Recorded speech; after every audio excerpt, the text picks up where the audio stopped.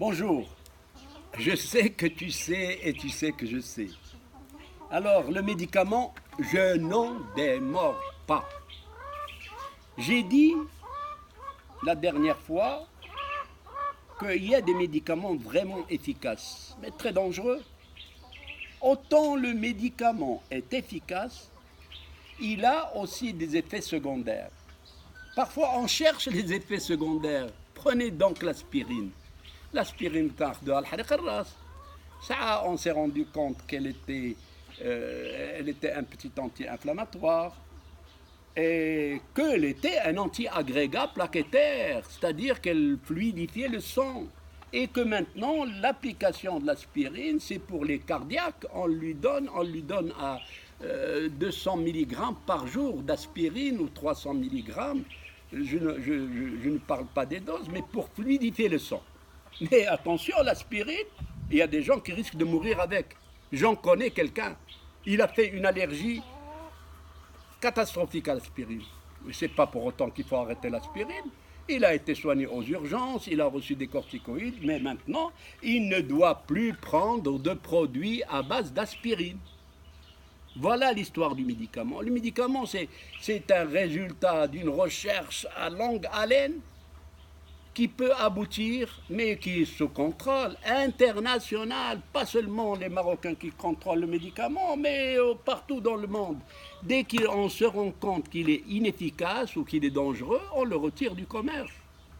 Bien sûr, s'il provoque des catastrophes, on est obligé cette fois-ci de poursuivre le laboratoire qui l'a produit en justice. S'ils ont fait un mensonge, on va le poursuivre en justice, mais on ne doit pas arrêter le progrès. Je parle en connaissance de cause. À Timor-Tsoul, pendant des années, nous avons marché parce qu'on n'avait rien. On traitait Timor-Tsoul par un produit, par des perfusions PAS, le Rimifan et le Trécator. Et on croyait obtenir de bons résultats. C'est de la connerie. Tout ça a été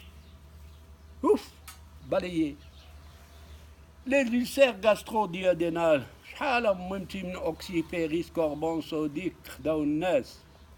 et puis maintenant on ne la trouve plus, ça a été balayé, il y a autre chose. On a appris à connaître ce que c'est que l'asthme, parce qu'on a découvert les acariens. Et là, je ne vous cache pas, il y a des produits qui sont aussi à la mode il y a 20 ans, et ils disparaissent parce qu'on a trouvé mieux. La phénylbutazone a été remplacée par un autre médicament, le diclofénac. Donc, les médicaments, c'est un peu comme la mode, c'est un peu comme la mode, mais sans retour en arrière. Dès que le produit a terminé son travail, dès qu'on voit des effets secondaires, eh ben, on le fait disparaître. Eh ben, j'ai vu devant moi, pendant ces 40 ans d'exercice, le glyphanon, le diantaldique, le coltramil, le décontractile, la phénylbutazone sous toutes ses formes, le tandéril. Eh ben, je vous en cite des dizaines et des dizaines. Et alors là, ils ont disparu par la force des choses. Mais il y a d'autres médicaments qui ont causé des catastrophes, comme le Mediator. Le Mediator a été utilisé pour faire maigrir les gens. Le Mediator a été utilisé au départ pour faire diminuer les triglycérides. Eh bien, on s'est rendu compte à la longue qu'il pouvait causer des valvulopathies. D'abord, le Mediator a été, le laboratoire Servier, il a été poursuivi en justice et les gens ont gagné leur procès. Eh bien, c'est exactement comme les statines. Les statines, actuellement, les gens continuent à les prendre, c'est dommage. On se rend compte que leur effet est plus néfaste que leur utilité.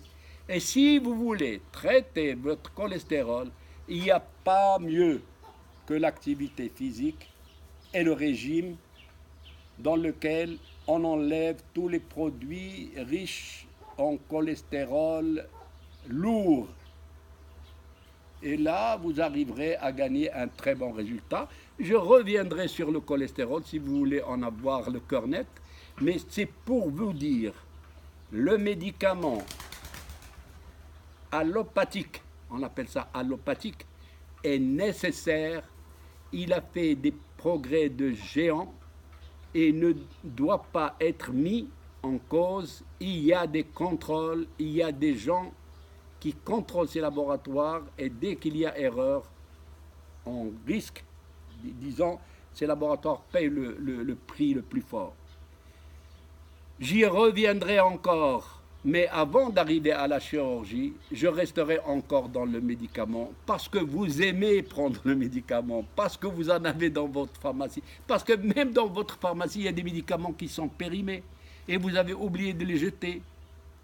Et ne les mettez pas à la disposition de n'importe qui. Là, il est prescrit pour une personne donnée sur des instructions données d'un médecin. Voilà ce que je voulais dire ce matin. Merci. Vive les Marocains, vive les Marocaines et vive le Maroc.